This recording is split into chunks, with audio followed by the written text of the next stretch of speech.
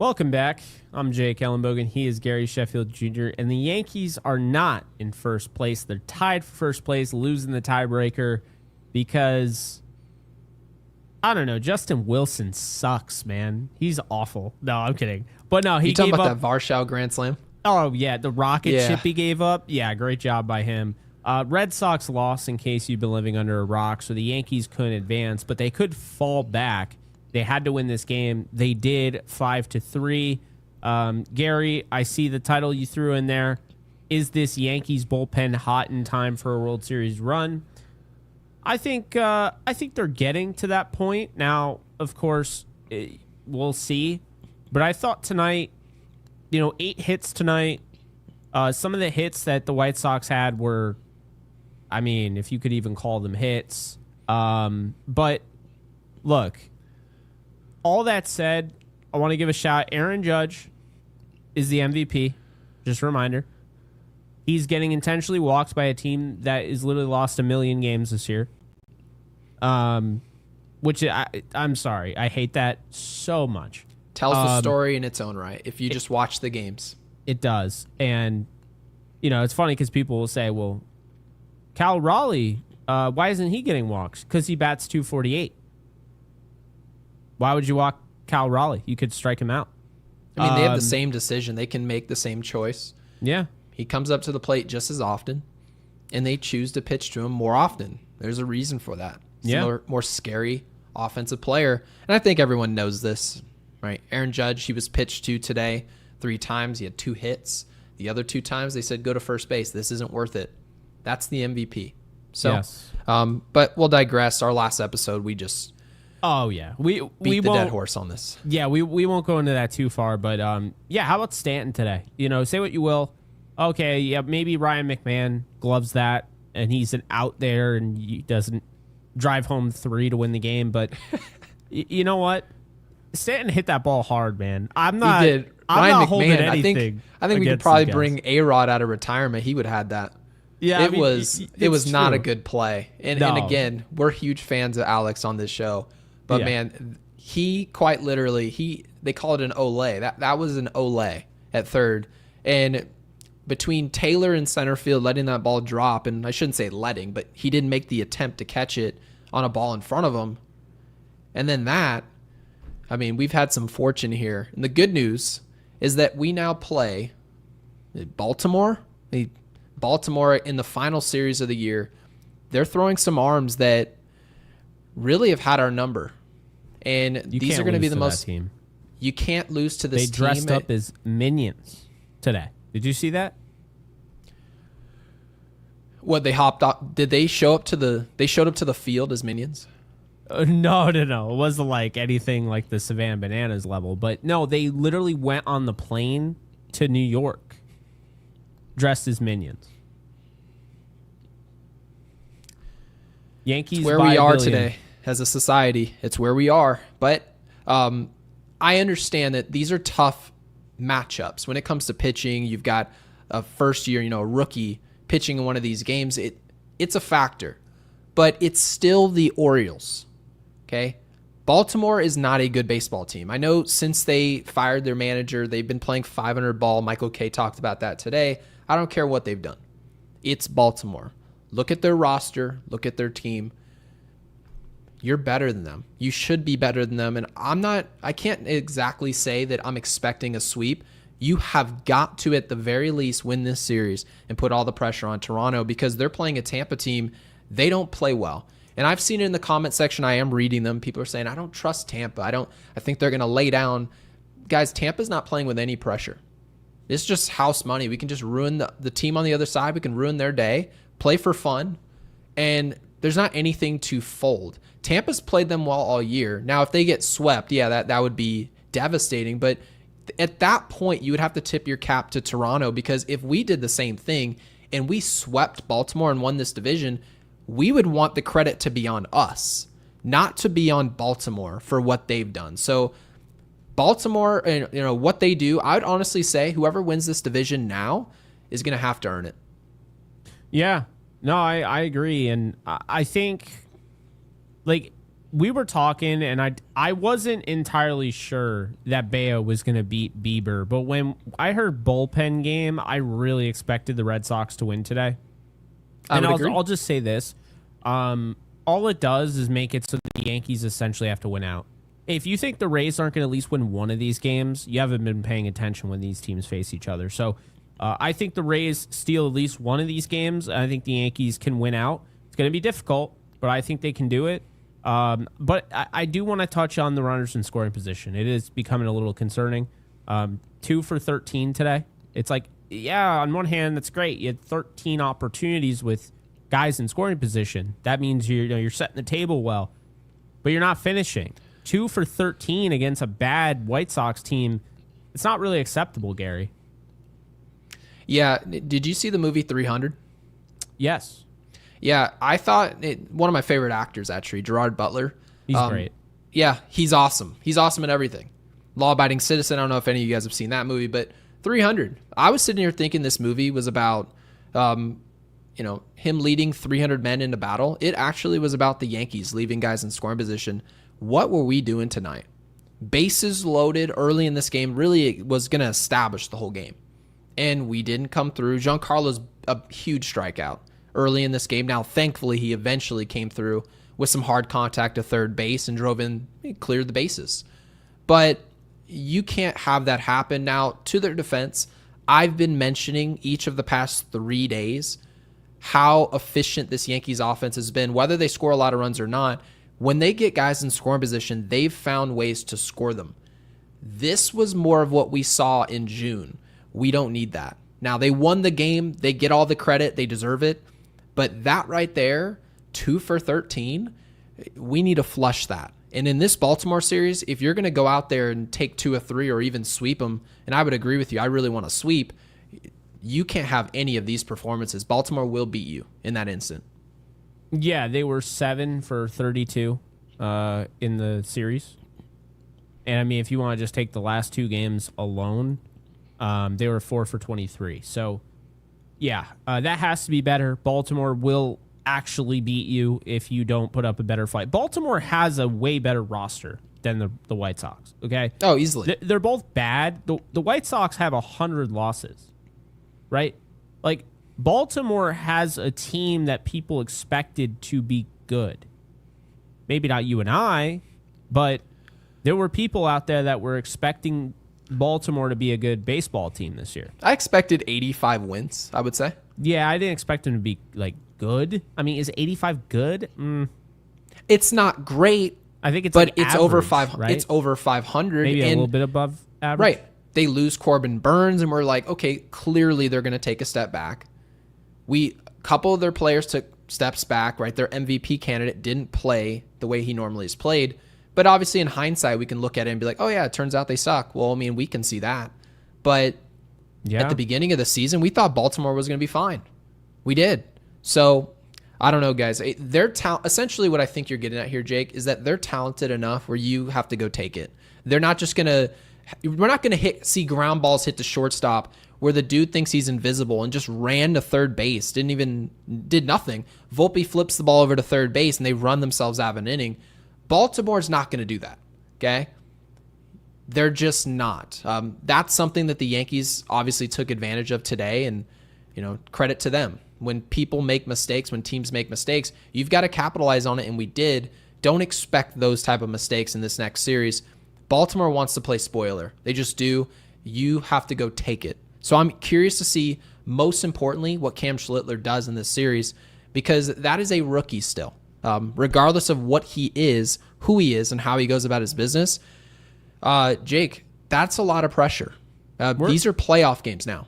We're going to have to talk about that. But I do want to touch a little bit more on the White Sox game. And then I do want to touch on what I sent you, because it is official now. If you believe in action speaking louder than words, of course, which I do. I'm always a big believer in that.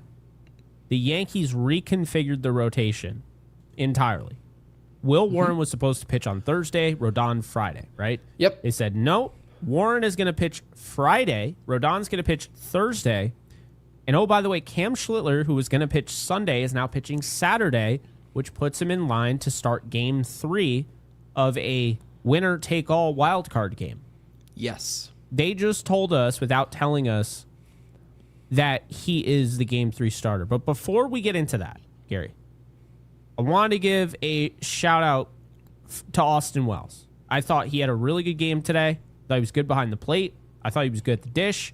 That double, I mean, man, I'm sure he wishes that went out and looked like it was going to, but it's clutch. That is, I mean, those are the things, right? You know, you talk about, I saw you tweet out, this is one of those insurance runs that I think solidifies a game against a bad team. If you go up there, now the White Sox are only down 1 run. It's so different mentally being down 2 versus 1 run. And that's the thing. I won't say for sure the White Sox win if it's 3-4, right?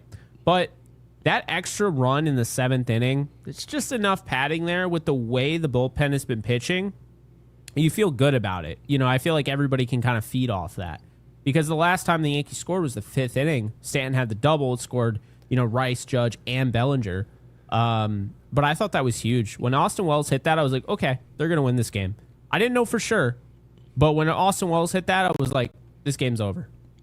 Yeah, I mean, his last 7 games, he's hitting 440, right? Yeah. And mind you, 7 games is not a large sample size. Wasn't but doing that last September. No, he wasn't. And you brought up those numbers. They were bad. They were anemic. He's been really good. I mean, he's hitting 280 his last 30 games. So it just goes to show you, Austin Wells from 3 months ago would never have been able to do that over that type of samples. Never. And we've covered this. And the fact that he's giving us anything, at the very least, what we've solidified is that Ben Rice plays every day. Lefty, righty, we don't care. You play. Now it's a matter of, what do we do with Goldschmidt? What do we do with Wells? That is what we should have been doing from the very start. Thankfully, we're there now in a must-win moment, and we're not seeing situations where they just don't line up. But this is good, right? Austin Wells has been considered this catcher that is great at framing. He doesn't throw the best. He can block the hell out of it. But man, has that bat disappeared. Not right now. And I can honestly tell you guys, was it anemic in May? Yeah, it was dismal. But would you rather a guy hit in May? I mean, for crying out loud, people have called a couple of other players on a roster Mr. May. Well, what do you say about a guy who doesn't hit in May but he hits in September? So let's give Austin Wells his props, because he does deserve them. And it's really easy to get down on yourself. Probably the easiest with us. This organization, this is probably the easiest place to lose your confidence. Everyone covers everything you do bad. You play for another team. Guys, you go play for, right? You can hide in San Diego a little bit, right? You can have a 6 to 8 week stretch where you don't hit it all and you can just turn it on at the end of the year. People remember what you did at the end. Here in New York, we know everything you did all along the way, and that's difficult. So credit to Austin Wells. And I also wanted to put a spotlight on Devin Williams, because Devin Williams has been a character that I'd say he was hated by this fan base one way or the other about winning, not personally, but just hating watching him pitch.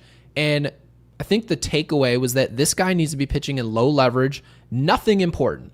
Pitch him in the 6th inning when we're up 5 and no other situation. And if he proves himself, then he proves himself. Well, Jake, I think Aaron Boone decided, hey, Duvall's not to be relied on. Weaver's kind of taken a step back of the last several weeks. And he said, all right, Devin Williams is just going to have to figure it out. And his last 7 or 8 outings have been scoreless. He's been excellent. So again, credit to Devin Williams. And we talked about whether or not it'd be possible that he would just flip a switch and we would be able to trust both he and David Bednar. Weaver's still on the cusp. I know he's done okay, but God, if we can get Weaver going, maybe we have a 3-headed monster. I shouldn't call it a 3-headed monster because it's not dominance, but 3 guys we can actually throw the ball to and we don't have to worry.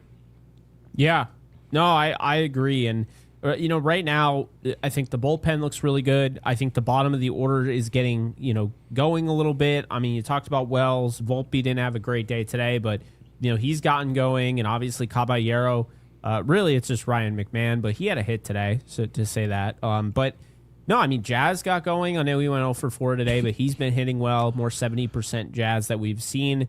I thought Jason Dominguez was huge on the base pass, scoring from second to make that because, I mean, he's fast enough to do it, but it's one of those things where it's like, is he going to catch it? Is he not going to catch it? He made a good read, and then he's able to score. His speed also got him easily. to second base, because don't forget, there was a chopper in the infield, and the first baseman decided, oh, I'm going to go to never mind, no, I'm not, because that's Jason Dominguez running. He knows who's running.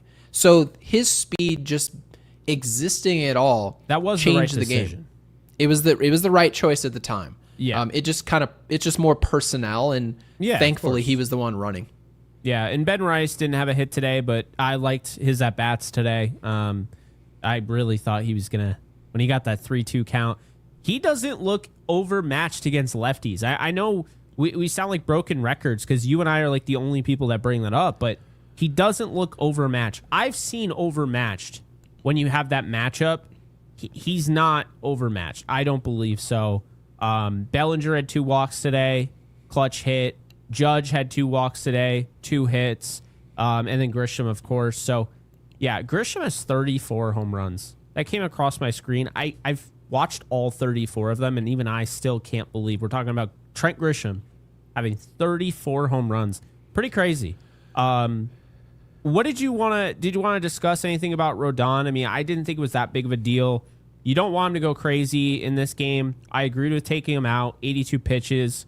I didn't think he was great, but I didn't think he was bad. It's just funny that he ends up getting the win when he technically wasn't going to come out in a win. That's just the way wins are. Yeah, it just kind of goes to show you the value of wins. Wins as a team are great, but it's just the game's changed. But having said that, I just think it was one of those starts where Rodon just didn't have it. He didn't. And you look up at his box score, it wasn't that bad. He still goes, right, the 6 innings, surrenders 3. That's fine. But you'd like to have a better outing in the moment, given the situation. But it just didn't bounce that way for him. But having said that, do you think it was because of the reconfiguring? I'm going to say no. But maybe someone would say, yeah, absolutely, because you can look at the last 7 games. He's been excellent for the most part. And the one real outlier start was the one where there was an outlier schedule. Maybe. But it's not the conclusion I would have, to be honest with you. For me, all I really care about is let's find a way to win these next 3 games. Obviously, you can't do that unless we had won today to lead up to that. Well, having said it, the next start for Rodon, if people want that start to matter, no, that doesn't matter. That's in the past. What matters now is what he does in the postseason, and hopefully we're getting consistency out of these starters. And I know you've mentioned about Will Warren. You've talked about some guys in a rotation that they're on the cusp of being trusted. I think Rodon is in that conversation where you say, okay, I trust him to start these games. Is it going to be perfect? Is he Paul Skeens? Can I just throw the ball and know it's a shutdown performance every time? No. However, Carlos Rodon has been excellent this season. Absolutely excellent. He crossed 200 strikeouts on the season. He's missed bats. He's found ways to go deeper into games, which was exactly, Jake, what we were asking him to do. He's worked on a sinker. He's worked on his changeup. He's done everything that some folks claimed he should be able to do under his type of contract. Well, with that type of pressure, he answered the bell. So credit to Carlos Rodon. And now the job's not done. We're going to walk into October. We're going to flip you the ball. We need you. We do, because we know there's going to be days where the offense looks like this. Where, as far as I'm concerned, we really laid an egg today with the bats. We did. Yeah. We had one big hit with Giancarlo. Other than that, we would have been in trouble. We need excellent pitching to go where we need to go. So I'll be curious to see what Rodon does, what Fried does, because we talked about those postseason numbers. There's a lot on the line for a couple of guys in our rotation. That includes Cam Schlittler. I agree. And I think tomorrow is a huge game for Will Warren. I mean, I don't think he's going to win the third starter job like we already talked about. But this is a huge game for him where can the Yankees even trust him coming out of the bullpen, right? You're at home. This is where you thrive. And you're going up against Trevor Rogers, who absolutely flamethrowered. And I'm not talking about how fast he throws. I mean, he just literally doused the Yankees in flames. Their hitters couldn't hit him last time out. So you're going up against Trevor Rogers. And if you don't think the Orioles want this series, you're out your damn mind. Of course they want this series, right? So I think you're going to get a competitive Orioles team. They're trying to win the season series. The only way they can do that is with a sweep. And it's moral victory time for a team that's been eliminated for a minute now. So not as great of a road team. If this was in Baltimore, I'd be very concerned. Not as great of a road team. I think the Yankees are going to get this thing done. I think Will Warren shoves tomorrow. So would this be a home tryout, if you will? Because we've talked about it. Will Warren in a postseason game, he should not be starting any game. And I think the Yankees know this. They agree to it. They're just not going to say it publicly because what's the sense in doing it? Mm-hmm. But that said, if Will Warren shows up and let's just say your prediction's right and he shoves, you have to imagine he's been excellent this year in big games or not at home. And on the road, he's been okay. He's been all right. Well, if you're in the postseason and you're looking up and saying, hey, Cam Schlittler's pitch count is up to 79 in the third inning and he's getting worn down, bases are loaded, we can't just go to cruise in the fourth, right? You don't want to do that. It's going to ravage the rest of the bullpen. Who can we really go to? Well, who would you want to throw the ball to at home in a big game? Well, if Will Warren proves himself in this start, maybe the Yankees and Aaron Boone decide he's our guy that we can flip the ball to, go 4 or 5, and see how long you can go. It'll be interesting. I'm rooting for him. We're high on Will Warren on this pod, but no one's handing you anything. If you blow it up and you reek in this start, you're out this game by the third or fourth. You can't expect the baseball. I mean, we had this exact same conversation about Marcus Stroman. You can't ask for a bigger role when you can't chew what you've already bitten off. So we'll see. Yeah, and if the Yankees are playing the wild card, that's going to be a home start, by the way. So yeah, I was going to say we just locked up home field today in the wild card. Yep. Beautiful. Home field because the Guardians, who felt like they hadn't lost in a century, they lost to the Tigers because the Tigers were just like, no. Don't count us out just yet. No, we're counting you out, but we appreciate the help. It's either going to be the Yankees or Blue Jays home field advantage throughout the playoffs. That's a big one. But, Will Warren tomorrow at the stadium, I don't have to tell you, he is very much a home-favored pitcher. There are guys that are better on the road, and I think, obviously, the dimensions of Yankee Stadium have to do with that. But Will Warren, not to be. 3.28 ERA as opposed to a 5.52 ERA on the road. It's night and day. I stand corrected. That is bad. A batting average against him of 213 at home. It's 285 on the road. So if in a league, that's not good. If Cal Raleigh hit against him all the time, he'd be MVP in my book. Because if he was hitting 285, there you go. But yeah, so that's what we're looking at right now with Will Warren. I don't know. What are your thoughts on this game? And then we'll get into super chats and then voicemails and wrap up the show. Yeah, well, I think Will Warren is going to dominate. I do. Mm-hmm. I do the too. Numbers don't lie. They don't. He typically is excellent at home. Now, this isn't uncommon for young players. It's easier to pitch at home. It is. Things can tend to snowball when the crowd's getting into it. You're trying to, let me throw a little bit harder and sit these people down. It doesn't work, and it's not easy to make that adjustment, and I think we both agree it'll take some time. This isn't something that'll mature maybe in 2025, but by 2026, 2027, where he's not expected to be the ace. He's expected to hover in the back end of your rotation if he's still here 2 or 3 years from now. And you want him to be a solid arm, someone who takes even a step up from what he did this year, who was awesome for a while, and then he went down a bumpy road and then picked himself up again. Because don't forget, guys, maybe 4 or 5 weeks ago, people were looking at Will Warren saying, hey, maybe we could send him down and bring somebody else in here. We can't forget what this has looked like. But I think he'll be very good tomorrow. It's all going to come down to what this offense does. It just is. They're going to have to play smart.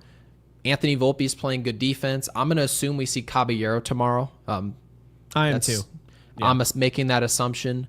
Ryan McMahon, he did have an infield single today. It's not much to read about. Ryan McMahon's in there to go run over to third base and field your position. If you do something offensively, great. But yeah, Caballero, McMahon, they're going to have to find a way to win all these games, put all the pressure on Toronto. And Michael McDonald with the 5 says with how they're playing, how everyone's been pitching, playing, and subbing in. Was the bad streak truly Boone's fault, or did everything fall apart at once? So I think we can talk about that briefly. But yeah, I'm going to say one thing. Yeah, go ahead. Absolutely. Yeah. Will Warren against the Orioles. I just pulled this up. Okay. He's 0-2, right? Okay. Here's the catch, though. His last start was his last start. So he gave up 4 hits and 5 1/3 and only 1 earned run. He gave up a home run, 4 strikeouts, and they ended up losing 4-2. Now, here's the deal. All of those 2 starts against the Orioles came this year, and both of them were on the road. I feel even better about this start. I think he's going to go 7 because, I mean, they're going to use him. Like, Rodon was on a pitch count. You could tell. They didn't want to have him go crazy. They're going to use Warren. He's going to go 7 innings. He's going to give up 1 solo shot to Ryan Mountcastle, who has the home run against him. Mm-hmm. And he is going to strike out 9 guys tomorrow. And he's going to give up 4 hits, and the Yankees are going to win. Okay. I'm going to say he pitches 6 innings. Mm-hmm. Boone is going to go to Cruz, straight out the bullpen. He's going to go from Cruz to Bednar. Now, Bednar pitched today, but Bednar is rested. Yeah. I think they have got to. I don't have a ton of trust in our offense just yet in these type of matchups where you have solid pitching on the mound. I just don't trust it yet. So my assumption is that this is going to be a low-scoring game, and that doesn't have anything to do with Will Warren. It's not his fault. But when you go out there and you give up, say, 2 runs or even 1 run in a game and you're sitting there in the 6th inning, what do you want your manager to do? He has to go to his bullpen. If he gives up a homer or he starts to look like his stuff's not as sharp, that's when you start seeing reactionary moves. But anytime we say, hey, credit to Boone, credit to our starter for going deep into the game, what do we always see as a prerequisite to that happening? The offense doing their job first. And I think that's going to really change how deep Warren can go into this game. So I'm going to say he gets through 6 narrowly, maybe even a little shy of that, but they're not going to hesitate to go multi-inning with some of our best relievers out the pen because we have to win all of these games. You cannot worry about tomorrow. You can't worry about, Jake, I don't know if you've still got that balled up paper next to your monitor. Throw that bullpen, whatever, throw it.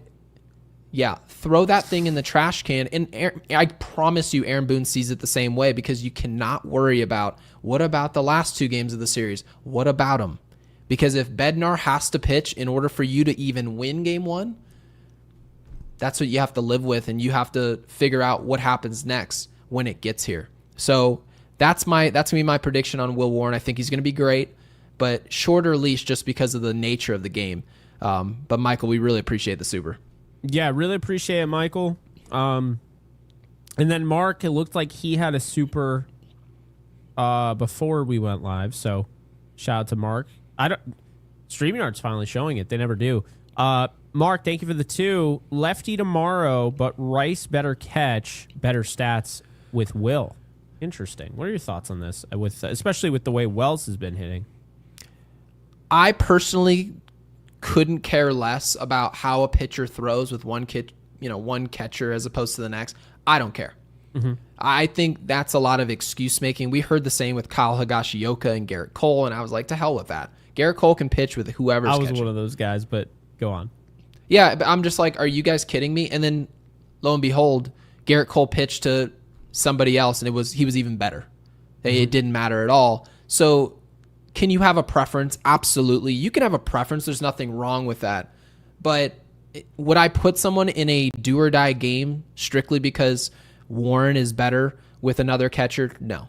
I simply make the decision of which player at catcher gives the Yankees the best opportunity to win. Now, if you say it's going to be Austin Wells because of how he's played of late, then that's your choice. But if you think it is Ben Rice, which I happen to think so, I'm going Ben Rice behind the plate, Paul Goldschmidt.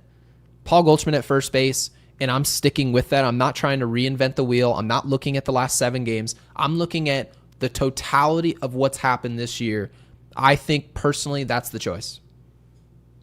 Yeah, I would probably go with Paul Goldschmidt and Rice at catcher tomorrow. To not play Paul Goldschmidt against a lefty is sacrilegious. So, yeah, he Yeah, should. because then be when in do you play tomorrow. him? Yeah, well, exactly, and also think about this. It's Trevor Rogers who just shoved you last time. So, yeah, Yep. I would go with Goldschmidt for sure, and I'm not gonna freak out if Rice isn't in the lineup tomorrow and Wells is, because Wells is playing well enough to justify that. But I would still go with Ben Rice. B. Rye, thank you for the 5. McMahon is garbage at the dish right now. I can't stand that he's got 2 out of 32 remaining. He's talking about the contract. Yep. Any chance he's dealt in the offseason? I would say there is a chance, but I would say it's more likely that we're going to hear, we paid $16 million to Ryan McMahon, so I don't know why you're expecting us to do this, and that. Yeah, Ryan McMahon, by the way, guys, very tradable asset, even if the Yankees wanted to do it, because I think let's not underrate defense. Okay, I don't want that to happen, because there are a lot of defensive specialists out there who just can't really hit a lick. Ryan McMahon is that guy. If you look at his career, it's not like he raked in Colorado and then got here and where'd the bat go? No, this is who we expected, not maybe to this level offensively, but you sort of knew it was a project offensively and a sure thing defensively. It's pretty much what it's been. Sometimes projects fail, and I'm not telling you that Ryan McMahon project has failed, but what I am telling you is that when you go into an offseason, you can't have a defensive specialist at one of the most important positions in the field, third base, and say, oh no, he's untouchable, we would never trade him. No, if the Yankees have an option this offseason to get exponentially better in the infield, whether it be shortstop or third base, and they've got to move a Ryan McMahon, they will do that. I'm not worried about it. No, I agree with you there. Also, I'm seeing a lot of people in our comment section saying that Goldie is cooked. I would just push back on this and say, especially because I saw someone say he's more of a defensive guy. I think his defense is incredibly overrated. I think Ben Rice is a better first baseman. I do. I genuinely believe Paul that. Goldschmidt, he was a premier glove at first base. Yes. Throughout his 20s, late 20s, early 30s. We're not at that stage anymore. Okay, and there are other players in the league in this exact same boat, right? Nolan Arenado was a conversation. People asked us last deadline, what about Nolan Arenado? They asked us this winter, what about Nolan Arenado? Guys, the name and what they've been their whole career isn't exactly who they are now. Okay, Paul Goldschmidt rakes against lefties, and that is still happening to this day. Yes. His glove, I have it right here. His glove is probably OPS. league average. Right, his glove is probably somewhere hovering a little bit above league average. I'm not exactly sure. I don't have the numbers in front of me, but I guarantee they're not 90th percentile. They're not 95th percentile. So he's absolutely solid at first base. He's not going to be a problem over there. We've seen him make some mistakes, and we've called that out. But having said that, Paul Goldschmidt hits left-handed pitching, and when you're facing a lefty, it should be the choice, because you have to remember, if you don't put Paul Goldschmidt in there and you put somebody else at that position, you're essentially saying that whoever you just put in his place is going to do more damage than Goldschmidt would do against the lefty, and that's simply not going to happen, more than likely. Yeah, and I mean, it's no different than like if you're excited about Slater or Rosario to be weapons off the bench that can go up against, lefty hitter, lefty pitching or whatever. Yeah, it's no different with them. I mean, their splits, we were talking about 845. We're talking about 845 OPS, like that's really good, and it is. Well, Goldschmidt's over 1,000, right? So, yeah, he doesn't really slug at all unless he's going against lefties. Then he does. So, yeah, he needs to play, obviously, and you got to get him ramped up for October too, because he's going to be important. Let me make this very clear, and Gary, you know this, but like the starting 9 that you see in the first game of the, not the World Series, we'll just say wild card for now, or divisional round series, that is not going to be the same 9 every time. As a matter of fact, I wouldn't be surprised if the entire bench is cleared every single night. They're going to use everybody. So get comfortable with the fact, look, this guy was in the lineup. Well, he'll be in the game in the 5th or 6th inning. No doubt about it. Like, That's why I keep saying, like, when people are complaining about, Jason Dominguez's role, they're being smart about it because they know right now these games are so important and his defense can lose these games. You saw Cody Bellinger. See, these are the things no one talks about. Oh, deep shot to left. Cody Bellinger's range, he just gets it. Jason Dominguez, that's actually a rolling of the dice. We don't know. We can't assume that. But when Cody Bellinger's out in left field, that line drive, you're assuming Bellinger's going to get to that ball. And so that, to me, is where, use Jason Dominguez as a pinch runner or a pinch hitter later on in the game. I totally agree with how Boone is using him. But this is what I'm talking about, is Caballero, Jason Dominguez, Rosario, Slater. Everyone is going to get opportunities in the postseason. I can't over wait McMahon, over Volpe. I mean, there are going to be situations where you say, do I really want to see a Ryan McMahon at bat in a championship series? No. Hey, oh, wow, we have 4 options here. Great. Now, if you had gone with that option as a starter, you also have to take what's wrong with those guys. They're on the bench for a reason. They're not perfect players. They're oftentimes what they're better at, guys, they're better hitters. Situationally, they're better hitters. Oh, when we face a lefty, they're a better hitter than Ryan McMahon. Absolutely. Yeah, but what if a ground ball was hit to his forehand and it's booted? Aren't you going to say, why is Rosario at third base? He sucks. What is Boone doing? Right? And a lot of people would like to say, oh, no, I would just take the good with the bad. No, we won't. You need to take what's most important, and at third base right now, it's going to be the glove. That's a choice they're making. And when you get into a situation, they're hoping McMahon can get hot at least a little bit. But if you face a lefty later in the game, McMahon's not even close to taking that at bat. They're calling for somebody else, and it's not just to pick on McMahon. Same goes for Volpe.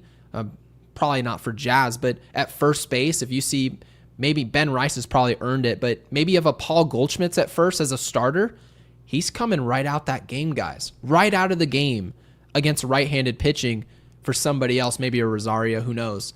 But the Yankees do have options. Very deep team. Is it the greatest team we've seen in the last decade? No. But interesting attack that we have. It's totally different. So I like what Boone's doing.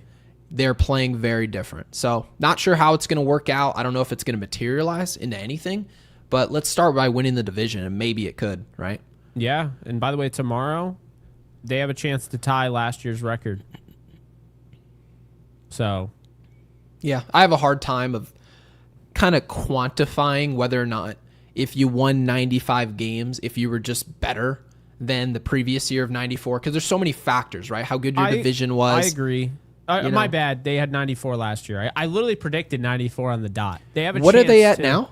They're at 91. So, okay. They literally... They're going to tie or they're not. And if they tie, then they're probably going to win the division because, like I said, I think Toronto loses at least one game to Tampa. I agree. But, yeah, I think they're going to tie then. Yeah. Statistically, the most likely thing to happen if all things happen normal is that we win 2 of 3. Toronto wins 2 of 3. We tie the division. It goes to Toronto. Yeah. That's the most likely scenario, right? You win the series, they win the series, because we're both, Toronto and the Yankees, they're the better teams in their respected series, but it's hard to sweep. So Toronto has to be feeling like, hey, if we just don't collapse here, we'll be fine in a tie. But there's a lot of work for us. Let's go sweep and make it difficult. They've won 8 of the last 9. Their last loss was against Baltimore, and then they won 2 straight. And then it wasn't pretty, but they found a way to win every game against Chicago. So this is what we talked about, Gary. I mean, the Minnesota loss aside, because that was just awful. Terrible. Woods Richardson, bro. What are we doing? That was terrible. But aside from that, and obviously weren't expecting to lose the series to Detroit like they did, this has been a masterclass from Aaron Boone from August 24th on. It really has. That's when it really all started, because you can say what you will. I mean, even before that, they swept St. Louis. They won the 2-game series against Tampa. But again, it was like that slap in the face losing to Boston the way you did 3 out of 4 games at the stadium. August 24th, you find a way, you get out of Boston, or not, you get out of New York, but you beat Boston. I know it was Dustin May, but still that 7-2 win needed to happen.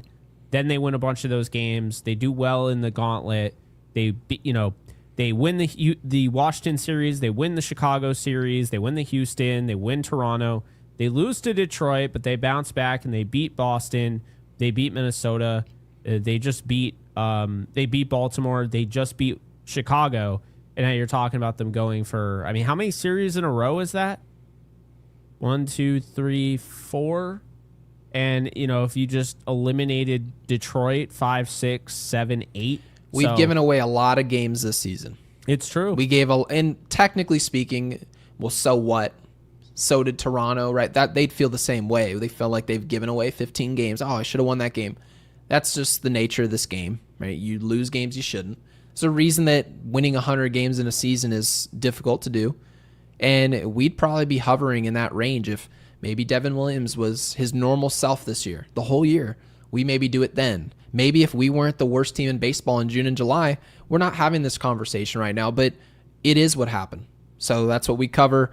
And Marion, RIP to your Marlins. Thank you for the 2. This is a moment of silence for the Marlins. Assume they lost today. They are eliminated from contention. Major League Baseball is probably thrilled they don't have to watch that. And Kayas, thank you for the 2. When Sugano starts, pencil that a win for the Yankees. I'm not penciling in any win. I was going to say, do you feel that way? No. I mean, who the hell started today and they were like having a rough time? I don't care who pitches. Davis Martin? That wasn't a gimme. Like it should have been, but the Yankees had to overcome. I mean, how many people knew who Davis Martin was coming into this start? I did not know him. Like what percentage?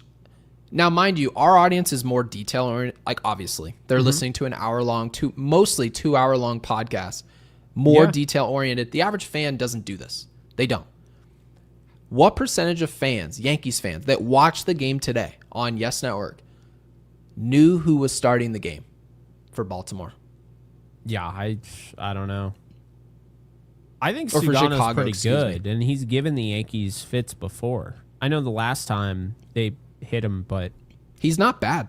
He's not bad. I did call that he'd give up. I think I said 6 runs. They ended up winning 6-1. He gave up 4. It's kind of crazy that they even won that game with Bradish because he destroyed them, and then they just beat the crap out of that bullpen in the 10th inning. Yeah, it's going to be a dogfight. Now these aren't easy games. This Baltimore series, which the good news is it's the final series of the year. It's all hands on deck. Who cares about we don't care about saving a reliever because there's nothing tomorrow. You're worried about now in this series. That's a good thing for the Yankees. If we saw Baltimore first and then you see the White Sox, then you can run into problems because the Yankees have to consider if our bullpen is ravaged going into the Chicago series, that could be a problem for us. Not anymore. And Simon, appreciate the comment. I think this is a great comment. Do you think it's bad that we have only played under 500 ball clubs for the last 2 weeks prior to the playoffs? This is totally fair to ask this. Here's my thing. How many of these games have come down to the wire? They're still being tested. And they don't look at it like, oh, it's the White Sox. They're like, it's the major leagues. This is our job. We go out there. Every night's different. You know this. They've told us this. They don't look at this like it's the White Sox. They look at this like every single game matters, but it's different, right? They don't look at it in streaks. So that's the thing is like they've been in close games against these teams, against a Baltimore, against Chicago. 2 one-score games against Chicago in this series. I don't feel at all, and Gary, you let me know what you think, but I personally, and I love this question, but I personally don't believe at all if they had to go in the wild card or they had to go in the divisional round, regardless where they are. They're not going to not be ready because they're used to beating up on bad teams. That's just my take. I may have a different answer than what you're expecting. Now, am I concerned? I was expecting you to have this answer. Yeah. Am I perfect? You just know I love going against the grain. I know you do. I just think it's high risk, high reward. if we were playing better teams right now, could you make the argument, oh yeah, the iron will sharpen iron, the Yankees are ready. They're going to be playing good teams, so might as well play good teams to prepare for the good teams. Good once you got there. If we played good teams and then it went well, you get there, now you're more prepared. Good. But there's also a ton of risk involved with that. And that partly came with your prediction that the Yankees were going to still win this division when 95% of the room said you're crazy. You're out of your mind. Well, you know what?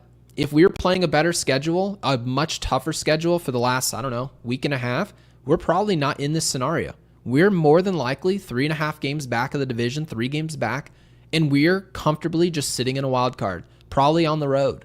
So again, guys, when you're playing these good teams, it's pretty much going to be a 50-50 battle. Good versus good, 50-50.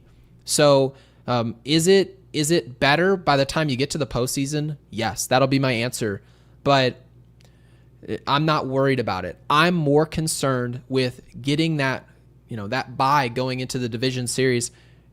Guys, if we're going to face good pitching, there's nothing that can prepare you for that type of pitching anyway. No one can prepare for it. Nobody. More times than not, when we throw Max Fried, he pitches really well. Rodon, he normally pitches very well, right? Other teams don't hit them either. So might as well just get to the division series and not worry about who we played. No, I hear you. I 100% hear you. And this is where it stands right now, the postseason. So here you have it. Anybody that was interested. So, yeah, I mean... Do you want to make predictions, by the way, of what we think's going to happen? I do, actually. Let it rip, Gary. Okay, so let's start in the National League, okay? We'll start in the NL. Okay. I'm going to make the assumption that the New York Mets make it. We'll make the assumption that it freezes here, and this is what we're looking at. I'm going to choose the Dodgers to beat the Mets for obvious reasons. Now we look down at San Diego and Chicago. I'm going to go Chicago in that series, believe it or not. And then I'm going to go Milwaukee against Chicago. I'm taking Milwaukee to go to the championship series. And I'm going to take, this might surprise you. I'm going to take Philadelphia to beat LA in the division series. And so now that we've got Philadelphia versus Milwaukee, I feel like I've got to stick with my day one pick out of spring training. I'm going to go Philadelphia to represent the National League. And then on the AL side, Detroit's playing some bad baseball. I know they won today, so good for them. You're running into a hot Cleveland team. I'm going to say Cleveland beats them in that series, which is sad to say. And then I'll say Cleveland loses to Seattle. Seattle goes to the championship series. And the Yankees, we sure hope this isn't what it is, right? And we're in the 4th spot. We'll beat Boston. I'm going to say we're going to beat Toronto. Oh, man. We've handled Seattle well this year. Yes. We have. And so if you think of it, the matchups of Detroit, Cleveland, we're not afraid of either of those matchups. Seattle, we're not afraid of. I would honestly say the 2 toughest situations for the Yankees is going to be playing Boston and playing Toronto. I believe that series. So is the division series 5 games, correct? Yes, it is. I made that mistake the other day. Okay. Yeah, it's understandable. It probably should be 7 games. It'd be more enjoyable. It's going to be a toss-up between us and Toronto. It is. It wouldn't surprise me at all to see Toronto move on because they're still a good team, well coached. They play the right way. It's going to be a 5-game series, and whoever wins that final game is going to move on, and I think that team will represent the AL. So I'm just going to go, because I'm the homer, Yankees are going to beat Seattle, go to the World Series, and I had Philadelphia winning the World Series. That was in spring training. So I hope we don't. If we lose in back-to-back World Series, I'll be a mess. But that's my picks. Go ahead, Jake. So you do have the Yankees in the World Series. How about that? Yeah. Well, now that it's gone. Yeah. Now that it's bounced down the road, it's looked a little bit better. All right. So I'm going to say, looking at who is playing who, the Mets, unfortunately, are going to get that last spot. Yep. The Reds have to play the Brewers. Not good for them. And the Diamondbacks, they're playing somebody good too. I totally forgot who. But anyway, I can pull it the up. Mets are going to hang on by the hair of their chinny chin chin. And they are going to lose to the Dodgers embarrassingly. D-backs are Not playing gonna be San close. Diego. So, yeah. Nope.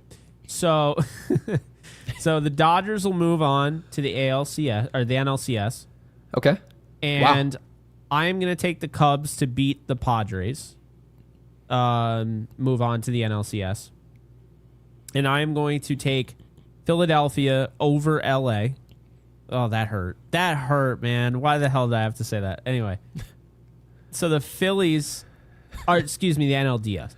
The Phillies are going to go to the NLCS, right? Yep. I'm going to take the Brewers to beat the Cubs, and I'm going to take the Brewers to beat Philly, and I'm going to say the Brewers go to the World Series. Now, on the AL, this might surprise you. Detroit will miss the playoffs. They are not making it. Yeah, that's fair. Houston is going to make it. Here's why. That's fair. Okay? Detroit has to play a fired-up Red Sox team that might have a shot, very unlikely, but a shot to get that spot, that 4 spot in the wild card, right? Yep. So I'm going to say Cleveland hangs... Well, Cleveland won the division, I believe. The Tigers playing the Red Sox, not going to go over well. The Astros play the Angels. So I think the Astros do enough to sneak by. They get the 6th seed. Detroit, somebody's getting fired in Detroit. Good Lord. Because technically right now in the AL Central, Cleveland is tied with Detroit because of today's loss. Okay. So they're both tied at 86 and 73. Obviously, Detroit doesn't have the momentum, but today's win was a big win. Will it propel them? Maybe not. But Detroit's playing some bad baseball. They are. They've won 2 games their last 10. That's not what you want to see when you're trying to fight into. It's not what you want to get into this dance that we're looking at here, this postseason picture. So at the very least, Detroit is walking into October as a wounded dog. Gary, if you want to, I mean, any Tigers fan out there, if you're looking for any sort of good vibes, Boston did just use their 3 guys. Yes. So you're probably not going to see Crochet, and you're not going to see Bayo, but you will see Giolito, right? So that helps. I'm still going to take Houston.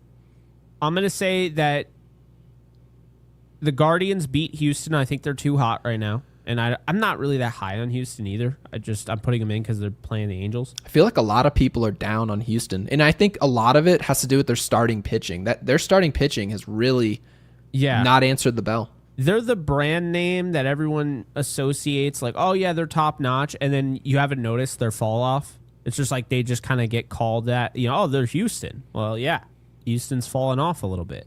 So anyway, so Guardians go to the ALCS and play Seattle.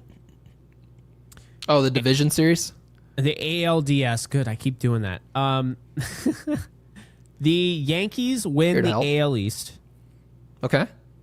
I'm going to have Toronto versus Boston. I'm going to say that Boston wins the series. And I think we got Yankees, Red Sox in the ALDS. George Springer is not happy in that scenario. George Springer is Major League Baseball got their way. Yeah. I'm sure he can say that when the Red Sox sweep them, but they only need to win 2 games, keep in mind.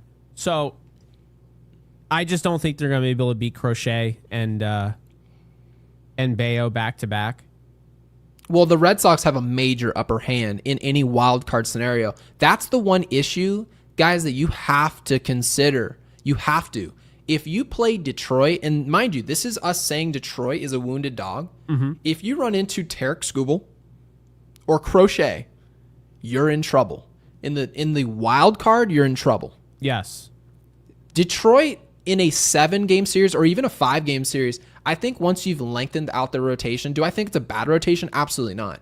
But it's not going to be dominance to the level that you see from Tarek Skubal or from a Crochet. Crochet very easily could just walk into a postseason series and you're looking at a no-hitter. Yankees are just being mowed down by the 6th inning. We can't have that. There is no other pitcher other than those two teams that you can say that about. You can say other teams have really good pitching to great pitching. They don't have that level, that upper echelon. So if we can miss that Boston series, I'd love that. Yeah, no, I'm with you on that. So yeah, I'm going to say that the Yankees do play Boston though. And I'm going to say that the Yankees win this series, the ALDS. They go to the ALCS. See, I'm getting better. Seattle is going to beat the Guardians. And I'm going to take the Yankees over to the Seattle Mariners because the Yankees don't have a ton of tiebreakers against some of the best teams. They do against the Mariners. There's a reason. They outplayed them. They played them well this year.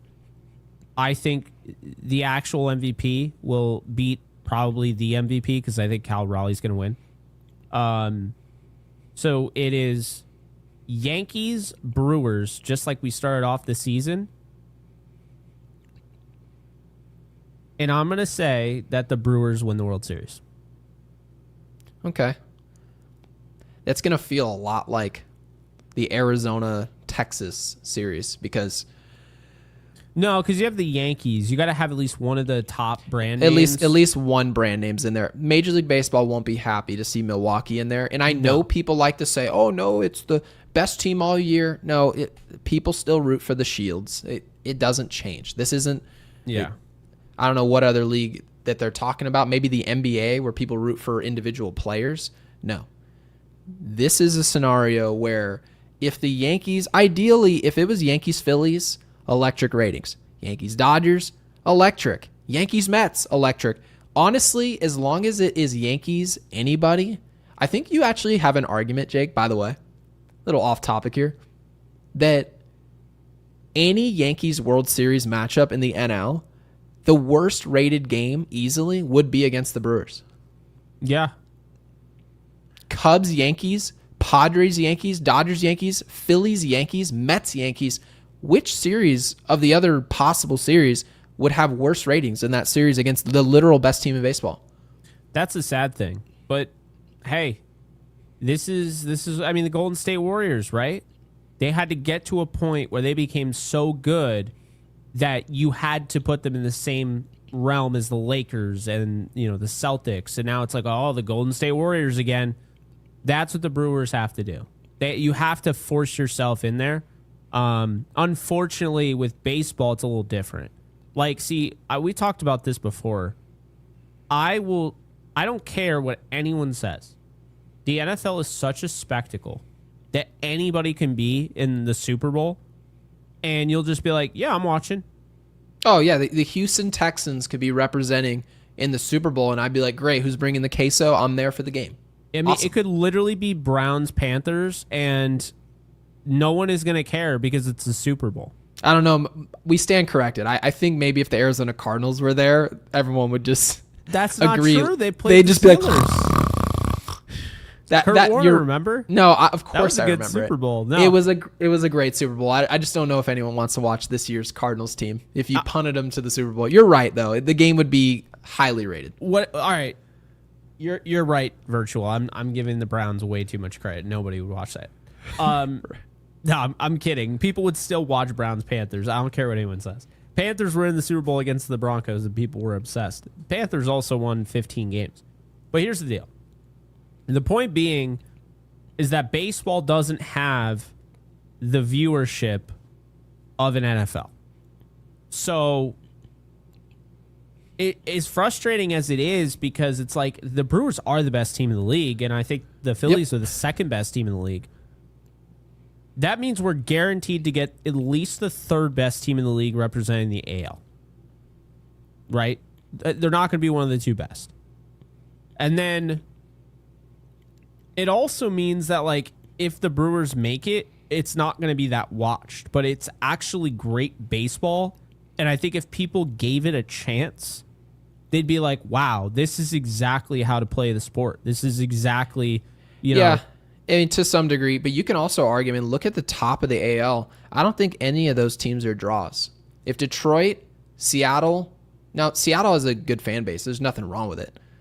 They don't hold a candle to Boston, New York, and Toronto.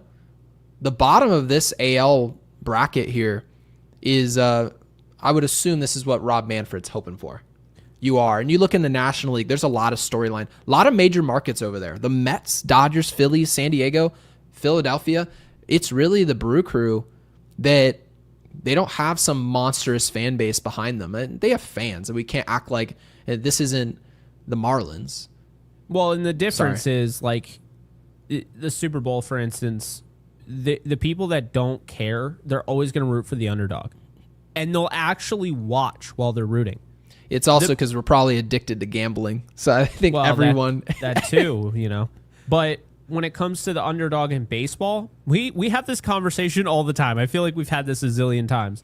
Everyone was like rooting for the Diamondbacks Rangers because they're like, I want something new. And then they don't watch it, right? So no one watched that whole... How many people watched that, by the way? I don't know. It was a good World Series. It was really good. And I was rooting for Arizona, so it was devastating at the time. Yeah, I was rooting for Arizona. Especially watching Corey Seager hit big home runs when I was like, maybe he should play shortstop for the Yankees. I guess never mind. Never mind. So, yeah. By the way, the playoffs start next week, in case you guys don't know. I believe the first game is Monday. Wild card. So. Okay. Oh, by the way, you're exactly right. To which extent, maybe you didn't realize, that D-backs Texas World Series, the lowest rated of all time. Yep, I knew. Of recorded history. So, guys, if you're rooting for Milwaukee because best team in the sport, that's... I mean, I get what you're saying, and we think they'll be there as well, or at least somewhat close. People root for the Shield in this sport, man. They do. And I would say this. If it's Yankees-Phillies, I won't be shocked if the Phillies get the revenge on the Yankees. The only cool part about that would be Bryce Harper winning a Super Bowl, winning a World Series, a Super Bowl. But that would be cool. Oh, it's Other Tuesday, than that, I would be miserable. I'm sorry. Yeah, the game's Tuesday, game 1. Yeah, it's Tuesday. I'm an idiot. Don't listen to me ever. No, I also want to just make this very clear before anybody starts wondering, like, you're the positive guy. Should I not be positive at all if you don't think the Yankees are going to win the World Series? No, the Yankees could absolutely win. They get to the World Series, and they absolutely could. I'm just trying to be, like, somewhat objective here. I think they can win the World Series. Who do I think would win the World Series? I think the Brewers are too fundamentally sound. It wouldn't be as sexy as the Dodgers made it because there's no Freddie Freeman, there's no Shohei Ohtani, but they'd be doing the exact same thing. And I just think that they would likely pitch better. I think they have a better bullpen. And like I said, the fundamentals are there. So I just think that's the issue. And then with Philly's more like the Dodgers last year than people give them credit for. They got stars everywhere, and they're fundamentally sound. So, yeah, either one of those would be a problem. And also, Gary, I just can't sit here and say, yeah, I don't see the Dodgers making the World Series at all. Like, I could even see until the Dodgers have lost, I'm not going to sit here and say, yeah, they're done. I've heard a lot of people say that, and I'm telling you, just from watching... I think they more so want it to be the case. Well, yeah, and they're that's how flawed, it was with and the you Astros. can point it out. Yeah. Remember? Yep. And when everyone was trying to write them off early, people did it with the Golden State Warriors. It's a good sign. It means that, obviously, if your team is constantly being written off after winning a championship, it means people are scared of you. That's where you want to be. But I'm just saying, I really... Reminds me of Tom Brady, where it'd be like Colin Cowherd, and he'd be like, yeah, the Chiefs are done. They're done. They go back-to-back. I know. It's because people are looking to affirm whatever the most likely scenario is. The second that team that you expect to win falls to their knees at all during the season, they're like, oh, see, they're dead. They're gone. They're exterminated. They're not. Let them die. The Marlins are. Yes, the Marlins are deceased. Sorry, Marion. We appreciate you as always, and you can be an honorary Yankee fan. That we know you kind of are. I know for a fact Marion is definitely a Yankees fan. I don't buy it. She'll say, oh, the Marlins are my National League team. The Yankees are my AL. No, you're a Yankees fan, so welcome to it. Yankee fangirl for life with the 5 says, but we are in a better position this year than last year this time, despite our bad summer, don't you think? I would say say yes and no, but not for the, like, you would say no because they don't, like, by this point, Gary, I'm pretty sure they wrapped up the division. Yeah, and we also knew, I mean, if you look at it, I guess technically we didn't realize our matchups were going to be so easy as they were in 2024, so I shouldn't even really bring it that direction. But in hindsight, we ended up playing Kansas City and Cleveland, so Cleveland was no match. Yeah, Kansas City was no match. We were in a better position last year, I think, due to circumstances. Yeah, I would say they're in a better position for what they can control this year. Okay. Everything else, I would say last year you're in a bit, because I'm sorry, you have to go against the Red Sox in Seattle, which is likely what you're going to have to do, or Toronto in Seattle. Seattle is going to be the ALCS team that you face. Yep. That's who it's going to be. So you need to know that ahead of time. And I just feel like even though you beat them earlier in the year and you have, like, I'm not like writing them off. I think Seattle's a different team right now. I mean, they're hotter, so I still think the Yankees win that series. I still feel confident about it. But I think we can all agree in 2025, the Seattle Mariners and Boston Red Sox, or Seattle Mariners and Toronto Blue Jays, however you want to do it, are better than the Royals and Guardians last year. That's all I'm saying. Yep, no doubt. And my milkshakes with the 5, thank you for that. Really appreciate you supporting the channel. Says, which team's pitching do you see a problem for the Yankees? And which starter concerns you guys in our rotation? I think this is a good question. Yeah. I'm going to tell you right now, in a wild card scenario, both Detroit and Boston worry me. Yes. I think the Yankees can go very far. Wouldn't surprise me at all. They get eliminated in the wild card based on the format. Guys, it's not hard at all to lose 3 games. It's not hard at all. Two games, excuse me. 2 baseball games where we know for certain, if there's one thing I know for certain, is that the Yankees, no matter what, walking into game 1 are going to be the underdogs. They're going to be underdogs because Garrett Crochet will be pitching. And that goes to show you his level of talent.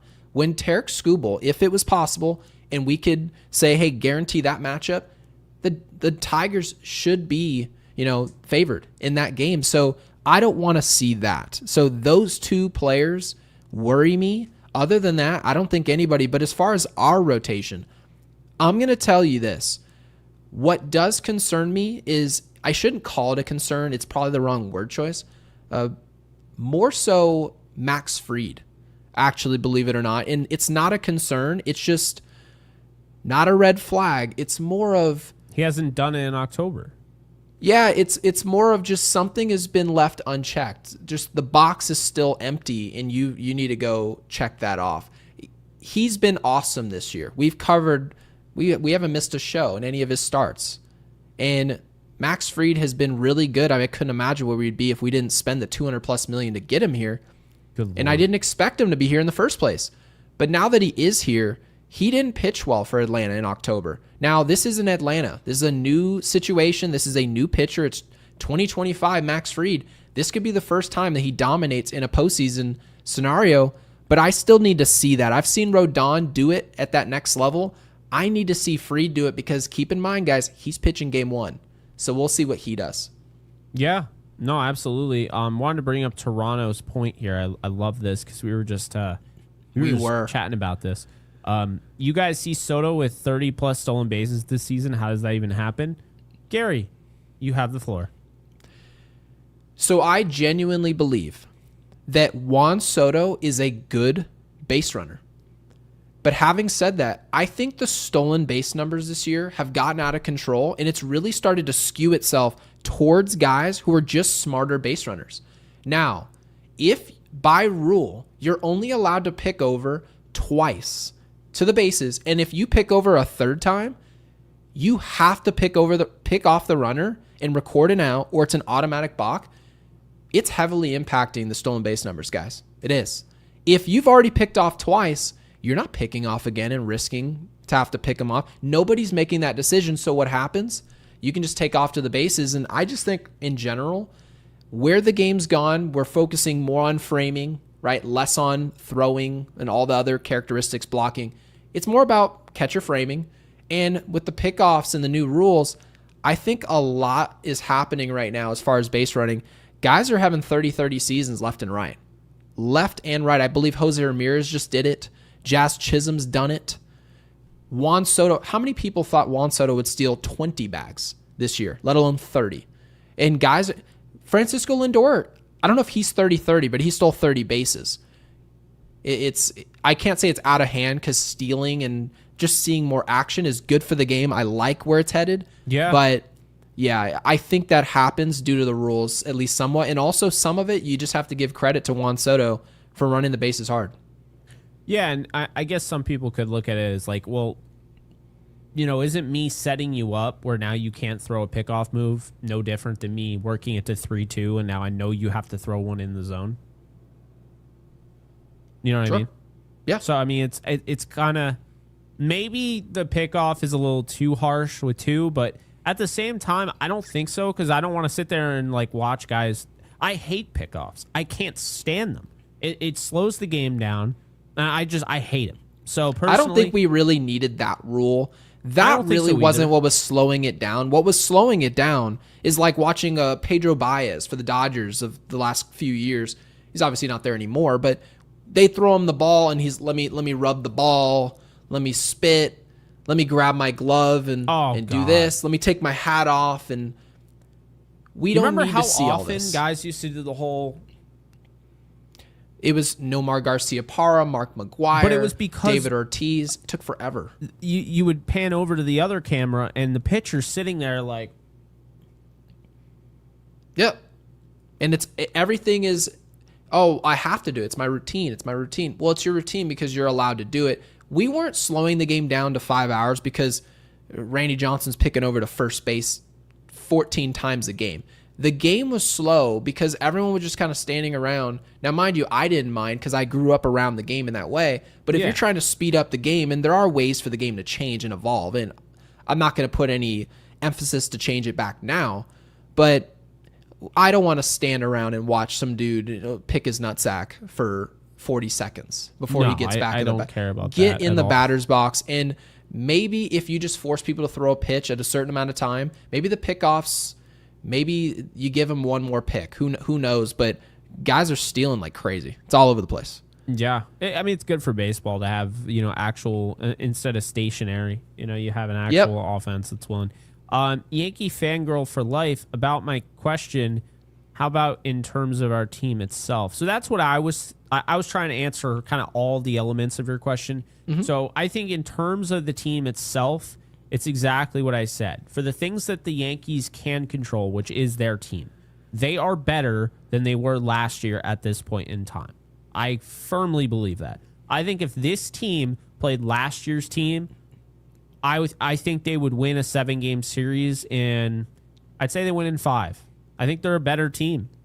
They're better all around. Much better defensively. Mm-hmm. You can absolutely make the argument that maybe we don't have as much top-end talent in a rotation but you can also say we did because Garrett Cole wasn't Garrett Cole last year to start the postseason. He wasn't himself.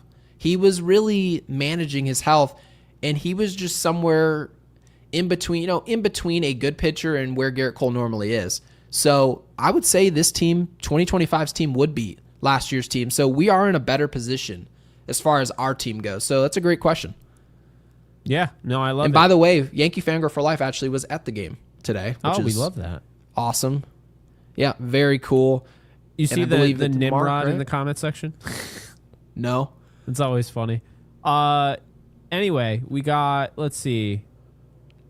Mark had Houston has fallen off since the Valdez incident. Yes, that's right. So he threw that pitch. Like, that was clearly not what the catcher was. Remember that? Yeah, well, he intentionally hit his catcher. Now, they were never going to admit to it. Why would he? It's just going to lose you millions of dollars. And Houston hasn't got off the mat yet. And mind you, I don't think even before that happened, anyone was really afraid of Houston. They just weren't. But now, after that's happened, I mean, all momentum is just dead. Completely dead. So, Mark, we really appreciate the super. Thank you for supporting the show. But Jake, you want to get to some voicemails? Yeah, let's do it. So there we go. All right. Yeah. R.I.P. to the jabroni. Yeah. You can sit here and watch us. But guys, he has his own show somewhere hidden that nobody watches. So you can chalk it up to that. So, yeah, if that. Yeah. I was being nice. Anyway. Yeah. We move forward. We appreciate you guys. Yeah. All right. We got Guy as the first voicemail. Then we got 4 others. Hello, Gary. Hello, Jake. Hello, everyone. Great show tonight, by the way. Thank you. It's going to keep it simple tonight. Not going to give trends and stuff. Yankees should win. I have a prediction of 5-2, and the over/under is 8.5. So, going with the under. I escaped last night by not picking a total. But I did get the -1.5. He's really good at this. If I wanted to take the -1.5, I could tonight, but I'm just sticking with the total, and we'll go from there. All right. I'm on the chat. Bye. Well, hey, Guy, we appreciate you. The score was 5-3. You said the over/under was 8.5. You took the under. You chose 5-2. My God, he is on the ball. Yep, not easy to do. It's not easy to do at all. I think part of that prediction is he didn't expect the Yankees offense to really get it going, and he was right. Yeah, that's part of the reason why you could even make that prediction. He saw who was starting today's game, and still, Guy didn't have enough confidence to say, "Oh, the Yankees will break out." That's for a reason, and thankfully, we won the game anyway. Have a thumb up for Kyle's show. Nobody knows. I love her comment section. All right. Kyle Malay. Hey, guys. Kyle Malay here. Good sweep by the Yankees. That's what you're supposed to do against the White Sox. Too bad that the Blue Jays won tonight, but what are you going to do? Even they can't lose them all. But I have a prediction to make. I think it's going to come down to Sunday. Oh I think the Yankees and Blue Jays are going to both win their first 2 games of their series. And then on Sunday, the Yankees are going to win their game, and Blue Jays are going to lose on Sunday. Because the Blue Jays are going to feel so much pressure because they want that division, but they haven't been in that position before. Yankees have. But the Yankees have to sweep the Orioles, and then the Blue Jays have to at least lose 1, which I think that's going to be Sunday. Can you imagine just winning division on the last day, how pumped everybody would be? That would be awesome. But yeah, good game by the Yankees tonight. I hope you guys have a good show, and let's go beat Baltimore, and Blue Jays lose at least 1 for us, please, during the race series. All right, you guys have a good day or good night, and talk to you guys tomorrow. Have a good night. Go Yankees. Appreciate you, Kyle. Kyle's friends with the whole school. Good Lord. Well, all right, here's what I'm going to say, okay? Kyle Malay, if you're watching now or if you're watching later, we were not talking about you when we were talking about the bozo in the comment section. His name was also Kyle. So I wanted to make that clear because we literally just went to, so this is Kyle. And they were like, yeah. So anyways, on to Kyle. Yeah. Our diamond level member. Yeah. No, not you, Kyle. Yeah, but where would I want to go with this, though? There was something. like Those Sunday games are at up, noon, by the way. So 3 Eastern time. Oh, really? So, okay. Yeah.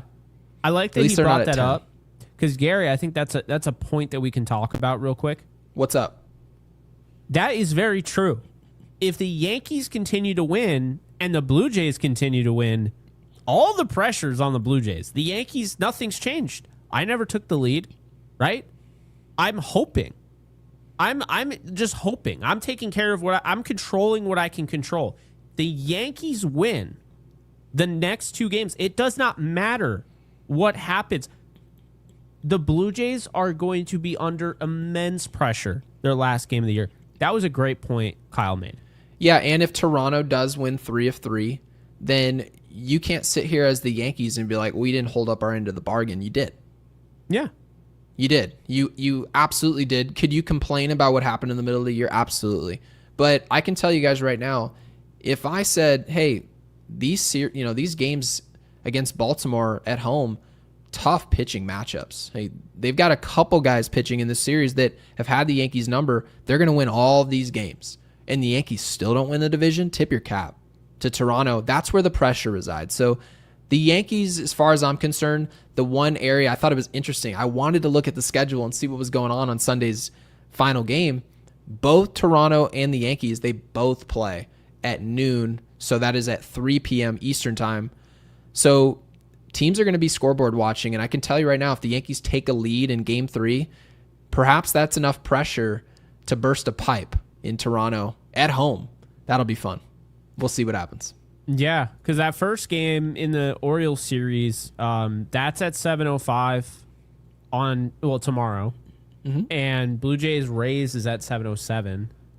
Then Saturday is at 1:05, Yankees Orioles. Blue Jays Rays is at 3:07. And then Sunday, like you mentioned, 3:05, Blue Jays Rays 3:07. So I don't know what the 07 is. Like what is that? Anyway.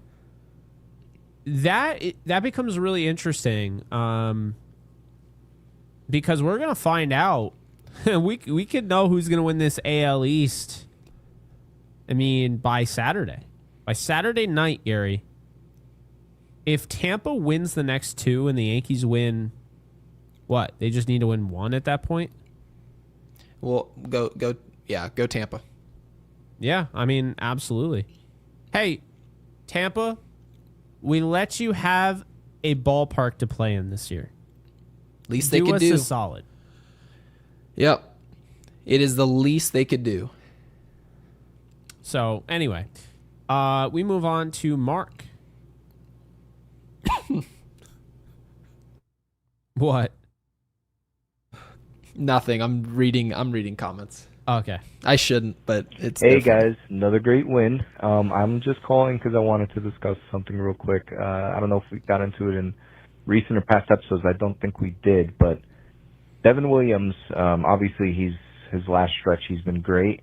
One thing that I was looking at is his home versus road stats, and he is significantly better at home. I mean, like, significantly better. Obviously, that also accounts for the early season when he was really bad all around, but in general, his stats at home, and he played the same games at home as on the road right now. So if you look at it, it's kind of a good split to look at if you'd like to take a look. I'm just thinking what his usage will be in the playoffs if like Boone, kind of uses him on the road more than at home. I don't know, but it's or rather at home more than on the road. But I feel like that's very interesting fact in terms of high to medium leverage situations and everything else. If we clinch, obviously, the division, that's important, but we already clinched home field for the wild card, which is huge. And now if we win the division, that's even bigger, right? It'll affect people like Williams. Obviously, Will Warren is in a similar situation. But, yeah. All right, see you guys. Yeah, so thank you for the voicemail. Devin Williams, I have the numbers right in front of me. On the road, well, we'll start with home because he mentioned that at home he pitches well. His ERA is 3.94. That's not great. Not great. But on the road, his ERA, Devin Williams, 5.93. His whip at home goes from 0.91, under 1. That's really good. His whip is 132, Jake. On the road, is there anything to it? I have no idea, but I'm going to tell you this. This is all I'll say about it. A lot of people said that, the way that Devin Williams is pitching, and even I've said this, maybe this just can't work because of New York, right? The market, the media. Maybe it's just this whole, everything that's going on, this circus. Well, isn't that interesting? You would think it would be easier to play for the Yankees on the road, right? as opposed to playing at Yankee Stadium when you're not playing well. But you peel back the numbers, he pitches really well. And essentially all the damage that's being done against him is against left-handed hitting. His ERA against lefties, 7.57. Against righties, it's 2.76. So there's clearly a way to go about Devin Williams, and it's on the road with a lefty up to the plate. Interesting. Very interesting. I love that Mark brought this up. It's just a reminder, man, we can't cover all the bases. No pun intended. Gary and I try to cover everything that we can, but we always miss something. And where our blind spots are, we're being protected. We got left tackle, right tackle. We got all the protection from our audience. Because if we miss something, our audience that does their own homework, like a Mark, like a Guy, right? Many of you, they are able to quickly be like, oh, hey, you missed a spot. But they're not Can't believe he's been good at home. Can't believe that. Yeah. No, it's interesting. A .168 batting average. I could have just said 168, but anyway, 168 batting average given up at home, and then 221 on the road. So, I mean, that's significant, right? Yeah. Anyway, let's move on. Ninja Hot Dog. Good old Fire Baboon. Yep. What is good? The Yankees won. We got the sweep, which I'm very happy about. The Yankees did their job. However, the Blue Jays did not do their job, and they once again won the game. It's very disappointing. However, we are making good progress. We have 3 more games now. Take the division lead. So I'm praying over here. I'm praying. I think that we have a really good chance to sweep it out right under them. Looking here at the leaderboard, Toronto has been 4-6 in their last 10 games, and we have been 8-2. So momentum is definitely in our favor. However, it does not help that they get to play against the Rays. However, I still think that there's a good chance that we can lose, and they can lose. And considering that we're hot, I think we are going to do better against the O's than the Blue Jays are going to do against Tampa. So I'm really praying over here. I think this is our time. Momentum is in our favor, and I think it would be a huge statement going into the postseason. Take the division from them at the last minute. I'm really hoping. So let's get it done. Let's win this division. Go Yankees. Wow. Lost service on his phone, we see. But to his point, thank you for the voicemail. I was going to say, where's the Blue Fire Jays have Baboon? won 4 games their last 10. Now, strength of schedule is a part of that. That's a factor, but it is what it is. You played your easy part of your schedule earlier, and here you are. Boston, right? You're going to go play these teams. Tampa, who's had your number this year. Well, Toronto's not coming in as the hot team that's got to now win 3 games. No, they're somewhat the cold team. And they're playing at home. That'll help. They've been awesome in Toronto. But nothing's more powerful than momentum. So we'll see what happens. Are we kidding ourselves right now? So Richard says, Leiter could be useful for the team. Let's put him outside the stadium and scalp tickets. Oh, my goodness. We both just face-palmed. When you put that up there, I thought you were saying, oh, my God, because we were getting someone who believed that Leiter Jr. could go out there and have a role. I was like, there's just no way. Oh, to scalp tickets illegally outside the stadium. Yeah. Oh, my goodness. All right. Anyway, we got B-Rye, and then we're out of here. And I know what I want you guys to put in the comments section. Any Ramon fans in here? Ramones? You'll understand. Will I? What's up, fellas? How we doing? Nice to close out the sweep tonight. Lock up home field advantage, at least through the first round. So good stuff there. I thought Rodon was okay today. Not great. Got away with a couple pitches. Definitely a little fortunate, but overall closed out a really great season. Finished for over 200 strikeouts, 18 wins. Really great year. G with the big knock tonight. Although his at-bats have been concerning. He's been striking out a whole lot. Hopefully this will heat him up. You know, with the playoffs upcoming, because normally G obviously turns it on during the playoffs, so hopefully that will be the case. I think Wells has quietly been hitting pretty well lately. A lot of hard contact. Good to see another 2 knocks for him tonight. Judge, another solid game, which is really good to see as well. This whole MVP thing it's annoying me a little. It really is. With the whole batting average thing, it's just double standards with what they did with Altuve. It's just the reverse this time. Last time it was like, if you had a bunch of home runs with Judge. No, but look at Altuve's average. He's hitting 330 or 340, whatever it was. And now it's reverse. Judge is hitting 330, and this guy's not even over 250. Not to take anything away from Raleigh. He's having an amazing year. He really is. 60 home runs is incredible. Could be even more than that. But overall, you got to go with Judge for the MVP. I'm sorry. Those numbers, it's just, you got him by 100 points. The base percentage, I don't even know how much more he's got. Average is over 80 points higher. You got to be the MVP. All right, guys. One is down. Let's get this last series against the Orioles. Hopefully we'll finish out strong. Should be interesting to see if it's going to be Yankees or Toronto taking the division. Hopefully we'll do it. Let's go. Good night.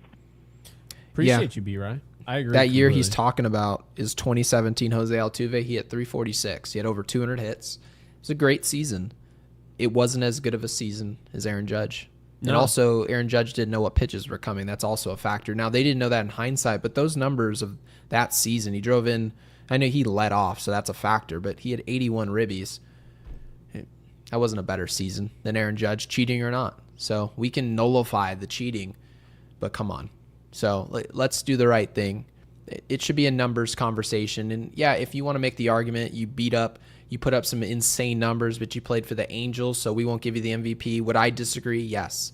But if you want to make the claim, you weren't a part of winning baseball, so I can't give you the MVP. I'll give it to Cal Raleigh, who led, his team to the AL West title. Fine by me, but Cal Raleigh's going up against a player who's in contention to win his division as well, in a tougher division. So yeah, don't get the concept. I don't get it at all. Raleigh's only leading in one category, home runs. He's not leading in OPS. He's not leading in RBIs. I don't really understand it, but he's not close to leading in OPS. No, he's not. And mind you, I don't want to be hypocritical because I've said that OPS isn't the holy grail, but when you look up at 18 different, I listen to the Michael K show all the time. Yeah, he's not winning in any of those metrics that we don't even like. He listed 21 different metrics on his show, and about 19 of them, Aaron Judge was in first place in them. It has to matter. What about bacon? I get it. And waffle. Bacon, waffle, weighted runs created. What's the new one again that we said? It was Fangraphs. F-WAR. F-WAR. It's gonna take you all to the same place. One analytic isn't the holy grail, but what happens if 21 different analytics point you a certain direction? Should you bite then? Yeah. YU war is what we're caring about. And our YU war is telling us that Judge is MVP. Yep. Mark, Jake, I want to know about your dad in Dotson. Did he actually clutch today's name, that Yankee, with that answer today? So it's funny. I was actually watching the game with him. And he was, what does Gary say? Drowning in a glass of water? He was losing it. He couldn't remember his name. He was stumped? Yeah. And then I brought it up because I looked it up. And he's like, no. What was it like? Do you remember that show Stump the Schwab or whatever it was? Yeah. Yeah, I feel like your dad is him. Yes. Well, there was a, Stump the Truck too, during the NFL draft when they're like, yeah, I bet you don't have this guy. And they talk about some guy from St. Aquinas College Tech University. And they'll be like, we have him. And they have a highlight reel of the guy. And you're like, that's no funny. way. Yeah, it is funny. So, yeah, no, he missed that one. He gets pretty much every single one of them. But it goes to show you he is human. So maybe that was a good great question, Mark. And he was stumped today. He was But Jake, stumped. what did you say you wanted them to throw in the comments? So it's not I Want to Sniff Some Glue, but that is a good song by the Ramones. No, God. Beat on the Brat. Put it in the comment section. It's a Ramones song, beat on the brat with a baseball bat. That is what the Yankees need to do to this redheaded stepchild Orioles in their division right now. Beat on the brat. There you go. Put it in the comment section. Yeah, so I don't even know if I can repeat it back correctly. Drop that in the comment section. And if you, Mark's just dropped a super, so we got to throw that up on the screen. Buzzer Mark, beater. thank you for the 5. Said, speaking of Ramones, the annual CBGB festival is happening Saturday down the block from me, so they still live on. So the CBGB festival, that is in Brooklyn?